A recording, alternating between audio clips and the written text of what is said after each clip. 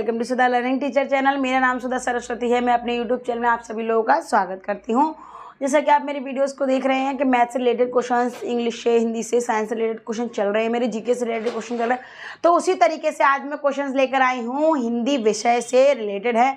हिंदी के बहुत important question है, यानी कि हिंदी के टॉप 10 क्वेश्चन हैं जो मैं लेकर आई हूँ। बहुत ही इंपॉर्टेंट है, जो आपने बहुत ही कम सुने होंगे उन क्वेश्चंस को, बट महत्वपूर्ण वो बहुत ज़्यादा हैं। तो उसी से रिलेटेड कुछ क्वेश्चंस मैं लेकर आई हूँ। अगर आपको मेरी वीडियो पसंद आए तो प्लीज़ लाइक, शेयर, कमेंट करना ना भूलें। मेरे चैनल को सब्सक्राइब जरूर कर लीजिए। तो वीडियो स्टार्ट करेंगे। देखिए, हम पहले हेडिंग डाल देते हैं, हिंदी टॉप 10 क्वेश्चन। ठीक है, यानी कि 10 क्वेश्चन हैं और बहुत ही इंपॉर्टेंट क्वेश्चन है, तो ध्यान से समझ लीजिएगा इन क्वेश्चन को। ठीक है, तो हिंदी टॉप 10 क्वेश्चन यानी कि 10 महत्वपूर्ण क्वेश्चन। तो अब देखिए, आपने हिंदी विषय को तो हम जानते हैं कि हमारी हिंदी हमारी मातृभाषा है। ठीक है, तो उसी से रिलेटेड क्वेश्चन है। हमको मालूम होना चाहिए अपनी हिंदी के हमारे, क्योंकि हमारे भारत देश में ज़्यादातर हिंदी ही बोली जाती है और ज़्यादातर हमारी क्या राष्ट्रीय भाषा यानी हमारी नेशनल लैंग्वेज क्या है, हमारी हिंदी है। इंग्लिश को भी बहुत अब लेकिन आप इंग्लिश को तवज्जो ज़्यादा देते हैं। आप कहीं भी जॉब या कहीं लेने जाएंगे तो आपको इंग्लिश उसमें महत्वपूर्ण होती है। हिंदी होती तो लोग समझते रहे हिंदी मीडियम से, इंग्लिश को महत्वपूर्ण ज़्यादा देते हैं। ऐसा कुछ नहीं है। लैंग्वेजेस तो दोनों ही बहुत इंपॉर्टेंट होती हैं। समय समय पर दोनों का यूज़ करना अनिवार्य होता है। ठीक है, अगर आप अगर आप कहीं ऐसी जगह जाते हैं तो वहाँ पर हर जगह आप इंग्लिश नहीं बोल सकते। हिंदी को आप हर जगह लागू कर सकते हैं, बट आप इंग्लिश को सोच समझ के लागू कर सकते हैं। जिसको आती होगी उसी से, जिसको आती ही नहीं है तो आप उसके सामने बोलो, वो तो उसके सर पे से होकर निकल जाएगी। तो इसी तरीके से हिंदी हमारी जो राष्ट्रभाषा है उससे संबंधित कुछ प्रश्न लेकर आई हूँ, प्लीज़ ध्यान से समझ लीजिएगा। तो क्वेश्चन फर्स्ट देखिएगा। तो हम फर्स्ट क्वेश्चन देखेंगे, हम डायरेक्टली आपको आंसर लिख के बताएंगे, डायरेक्टली क्वेश्चन हम आपको बताएंगे। तो फर्स्ट क्वेश्चन है हमारा कि भारत में हिंदी दिवस कब मनाया जाता है। हिंदी दिवस यानी हिंदी का दिन। तो कहते हैं ना कि हम भारत में, आपने देखा होगा कि स्वतंत्रता दिवस, आप स्वतंत्रता दिवस मना लीजिए, आप हमारे जो रक्षाबंधन हो गए, दिवाली हो गई, ये सारे क्या होते हैं, त्योहार की तरह ही होते हैं। तो इनको क्या है, इनको हम सेलिब्रेट करते हैं। ठीक है, सेलिब्रेट करते हैं। 15 अगस्त, 26 जनवरी, इन चीज़ों को क्या है, स्कूल या कॉलेजेस, जो सरकारी जो गवर्नमेंट जगह होती हैं वहाँ पर उसको करते हैं। तो क्या चीज़ है, तो देखिए हिंदी दिवस कब मनाया जाता है, क्योंकि हमको मालूम होना चाहिए कि हमारी हिंदी का, अब समझ लीजिए, अब हिंदी का बर्थडे समझ लीजिए, क्योंकि बच्चे कुछ लोग ऐसा हिंदी दिवस नहीं समझ में आता। हिंदी का बर्थडे समझिए, जैसे कि आपका बर्थडे मनाया जाता है, किसी का 15 अगस्त है, किसी का 14 दिसंबर है, ये करके। इसी तरीके से हिंदी का बर्थडे कब होता है, कहते हैं ना कि हैप्पी बर्थडे हिंदी। तो उस तरीके से देखिए, तो हिंदी का बर्थडे यानी हिंदी दिवस अब कब मनाते हैं 14 सितंबर को मनाते हैं। कब मनाते हैं, 14 सितंबर को, यानी कि 14 सितंबर। ठीक है, ये हमारा हो गया फर्स्ट क्वेश्चन। अब हम क्वेश्चन नंबर देखेंगे आपका 2 क्वेश्चन। तो क्वेश्चन 2 क्या है हमारा कि विश्व की सर्वाधिक बोली जाने वाली भाषा कौन सी है। विश्व का मतलब समझते हैं कि हमारी पूरी दुनिया, पूरी, सर्वाधिक का मतलब होता है सबसे अधिक, यानी हमारे विश्व में, हमारी पूरी दुनिया में सबसे अधिक बोली जाने वाली भाषा कौन सी है। क्योंकि हमको मालूम है, हमको पता है भारत में सबसे ज़्यादा हिंदी बोली जाती है। ठीक है, तो इस तरीके से हमको पूरे विश्व में पूछ रहा है, वो पूरे विश्व में सबसे ज़्यादा भाषा कौन सी बोली जाती है। तो कौन सी बोली जाती है आपकी, चीनी भाषा बोली जाती है। चीनी, एक मिनट, हाँ, चीनी, देखिए वो थोड़ा सा वर्ड्स को जॉइंट्स हो गए, देखिए चीनी भाषा बोली जाती है। हम यहाँ पर लिख दे रहे चीनी भाषा। ठीक है, विश्व में सबसे ज़्यादा कौन सी भाषा बोली जाती है, हमारी चीनी भाषा विश्व में सबसे ज़्यादा बोली जाती है। तो अब हम आएंगे आंसर नंबर इसका 3 वो करेंगे। तो क्वेश्चन 3 देखिएगा कि हिंदी पर सर्वाधिक प्रभाव किस भाषा का बताया जाता है। अब देखिए, हमारा हिंदी सब्जेक्ट है, उसमें किस भाषा का, जैसे आप हिंदी, एक इंग्लिश हो गई आपकी, चाइनीज़ लैंग्वेज, तो बहुत सारी लैंग्वेजेस होती है, फ्रेंच, जापानीज़, तो उन लैंग्वेज, सब लैंग्वेजेस उसमें किसका सबसे ज़्यादा इफेक्ट पड़ता है उस पर, क्योंकि हम हिंदी लिखते हैं, उससे रिलेटेड हमारी और क्या, कौन सी ऐसी भाषा होती है जो उससे रिलेटेड, यानी उसमें उसका प्रभाव उससे पड़ता है, यानी कि उसके कुछ वर्ड्स लेके आप उसकी छाया समझ लीजिए, तो वो चीज़ पर प्रभाव पड़ता है।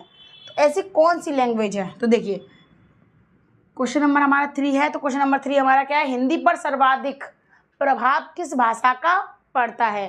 तो किस भाषा का पड़ता है, संस्कृत भाषा का। आपने एक चीज़ देखी होगी, कभी लिखा होता है हम, तो हम, पिबंती, खावंती, और आपका हिंदी में भी खाते हैं, आते, तो शब्दों को क्या है, मैचिंग मिल जाता है। अब जैसे कि हमने लिख लिया पिबती, संस्कृत में पीने का मतलब होता है पिबती, ठीक है। हिंदी में क्या होता है? पीना, पीना। तो अब देखिए शब्दों में मैचिंग है कि नहीं है, ये देखिए वर्ड वही है आपके। तो संस्कृत से अगर आप इंग्लिश में लेंगे तो इंग्लिश में इंग्लिश में क्या हो जाएगा आपका? इंग्लिश में हो जाएगा ड्रिंक। अब देखिए ये मैच हो रहा है या ये ज़्यादा मैच हो रहा है? तो इसके हिसाब से ये वाला आपका आंसर इस तरीके से आपका हो जाएगा कि हिंदी पर सर्वाधिक प्रभाव किस भाषा का है? तो आपका संस्कृत हो गया। अब हम देखेंगे क्वेश्चन नंबर 4 देखेंगे आपका। क्वेश्चन नंबर 4 क्या है हमारा कि हिंदी साहित्य के इतिहास पर पहला लेख किसने लिखा था? हिंदी साहित्य यानी कि हमारी जो पूरी हिंदी है उस पर सबसे फर्स्ट नंबर लेख यानी कि लिखना, वो किसने लेख किया था? ठीक है ना, लेख किसने किया था वो चीज़ को आपको ध्यान से देखना है, क्योंकि हमको मालूम होना चाहिए कि हिंदी साहित्य के इतिहास पर पहला लेख किसने लिखा था।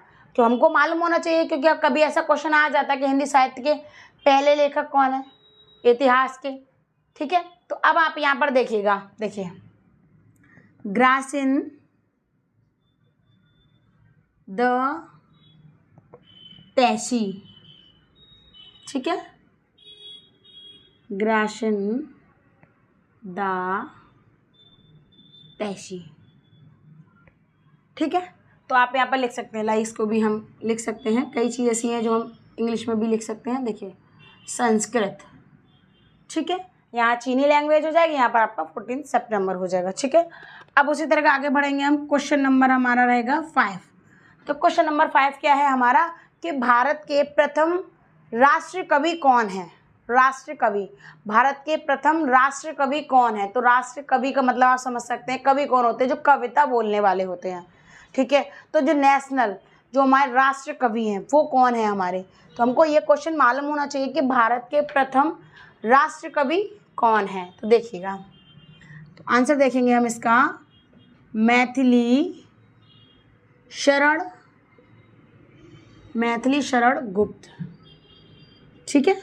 देखिए मैथिली शरण गुप्त, ठीक है, मैथिली शरण गुप्त। तो ये इनका आंसर हो जाएगा। अब हम क्वेश्चन नंबर 6 पढ़ेंगे। तो क्वेश्चन नंबर 6 क्या है हमारा कि हिंदी के पहले समाचार पत्र का क्या नाम है? यानी कि जो हिंदी का फर्स्ट न्यूज़पेपर था उसका नाम बताएंगे हम आपको। इसीलिए मैंने कहा था आपके बहुत इंपॉर्टेंट क्वेश्चन है, तो आप ध्यान समझिएगा इस क्वेश्चन को, ठीक है। हिंदी के पहले समाचार यानी हिंदी का फर्स्ट जो न्यूज़पेपर है, ठीक है, हिंदी का जो फर्स्ट न्यूज़पेपर था तो उसका नाम क्या था? तो वो हम यहाँ पर आपको बताएंगे, उसका नाम बताएंगे हम, ठीक है। तो आंसर देखिएगा, उसका आंसर क्या है? आंसर देखिए उदंत मार्तंडे। देखिए उदंत मार्तंड, हाँ ये देखिए उदंत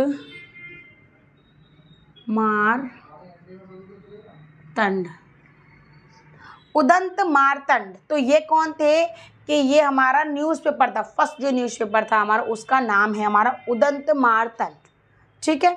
अब हम आगे बढ़ेंगे क्वेश्चन नंबर 7 की तरफ। देखिए क्वेश्चन नंबर 7 देखेंगे हम, क्वेश्चन नंबर 7। तो अब देखिएगा क्वेश्चन नंबर 7 क्या हमारा वर्तमान हिंदी का प्रचलित रूप है। वर्तमान हिंदी का प्रचलित रूप है यानी हिंदी का जो पहले जो चलता था, प्रचलित रूप था जो पहले चलता था, यानी वर्तमान में हिंदी का प्रचलित रूप है, ठीक है। तो प्रचलित रूप कौन सा है उसका कि हिंदी का प्रचलित रूप क्या है हमारा? खड़ी बोली। क्या आप देखिएगा खड़ी बोली बोली जाती है, ठीक है। देखिए खड़ी बोली। अब हम आएंगे क्वेश्चन नंबर 8 पे। तो क्वेश्चन नंबर 8 क्या हमारा, ध्यान सुनिएगा कि हिंदी में प्रकाशित होने वाली पहली पुस्तक का नाम, यानी कि हिंदी की फर्स्ट किताब, यानी कि हिंदी की जो पहली किताब थी उस किताब का नाम। तो क्योंकि देखिए हिंदी की जो हमारी पहली किताब थी, यानी कि पहली किताब हमारी छपी थी, बनी थी, जो फर्स्ट किताब थी, तो उसका नाम देखिएगा वो बहुत इंपॉर्टेंट है, क्योंकि ये क्वेश्चन आपने बहुत कम सुना होगा कि हिंदी की फर्स्ट बुक का नाम। तो अब मैं आपको बताऊंगी लालू लाल का प्रेम सागर। देखिए, लालू लाल का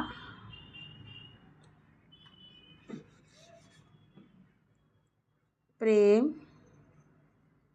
सागर।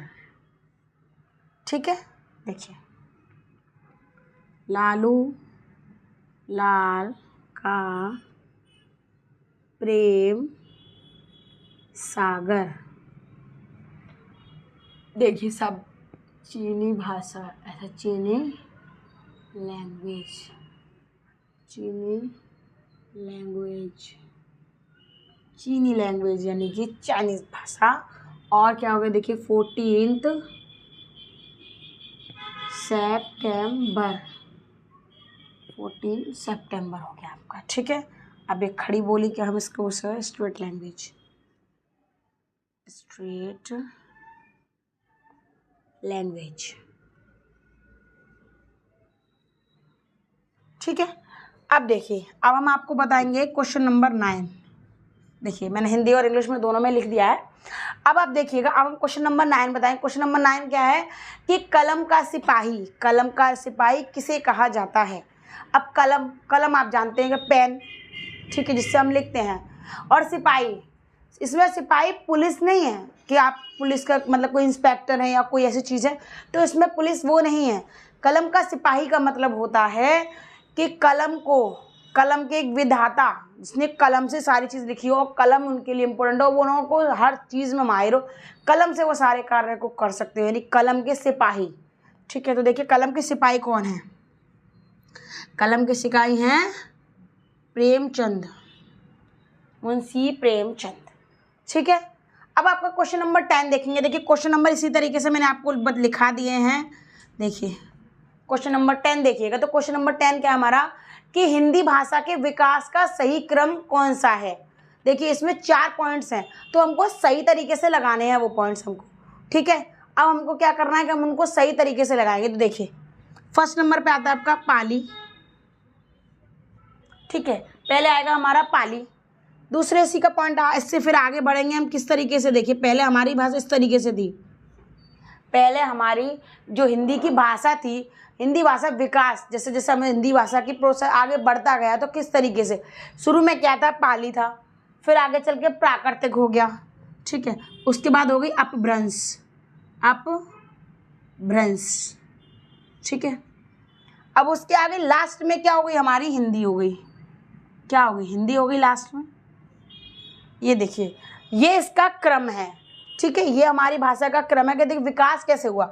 सबसे पहले पाली थी, ठीक है, उसके बाद आके प्राकृतिक हो गई, उसके बाद आके अपभ्रंश हो गई, उसके आगे लास्ट में हमारी क्या बन गई, हिंदी बन गई। तो हमारी इस तरीके से का विकास हुआ था। आपने जैसे कि आपने वो देखा होगा, आपने बायोलॉजी तो पढ़ी होगी, बायोलॉजी में देखा अमीबा, देखा है आपने अमीबा। वो क्या होता है अमीबा के, वो दिखने में ऐसा लगता है, आपने इस तरीके से देखा होगा। देखिए, आपने इस तरीके से देखा होगा, इस तरीके से, इस तरीके से।